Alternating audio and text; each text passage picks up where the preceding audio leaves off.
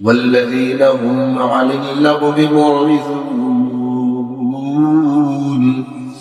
أولئك هم الوارثون الذين يرثون الفردوس هم فيها خالدون আল্লাহ বলেন, ও দুনিয়ার মুসলমান ইমানদার আল্লাহর গোলাম, দুনিয়ার জমিনে যে সমস্ত মানুষেরা অনর্থক কথাবার্তা বলা থেকে নিজেকে বাঁচাবে, অনর্থক কাজকর্ম করা থেকে নিজেকে হেফাজত করবে, ওই সমস্ত মানুষগুলাই হলো ওয়ারিসুন। কিসের ওয়ারিস? আল্লাযীনা ইয়ারসুনাল ফিরদাউস, তারাই হবে জান্নাতুল ফিরদাউসের ওয়ারিস।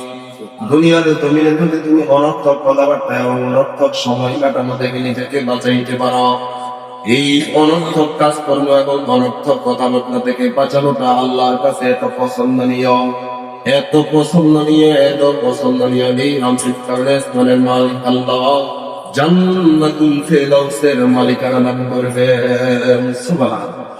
এই জন্য যেই কথা বলে কোনো ফায়দা নাই, যেই কাজ করে কোনো ফায়দা নাই, বলে টাইম পাস। ভাই, হায়াতের প্রত্যেকটা সেকেন্ড টাইম পাস করার জন্য আল্লাহ দেন নাই।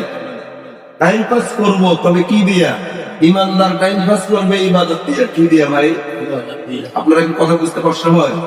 আমরা আমাদের হায়াতের টাইমটা পাস করবো কি দিয়া?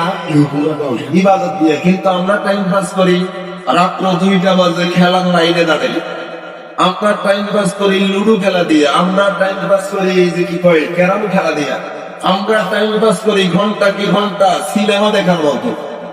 ভাই, ইমানদার টাইম পাস করবে ইবাদতের মাধ্যমে। কিসের মাধ্যমে? ইবাদতের।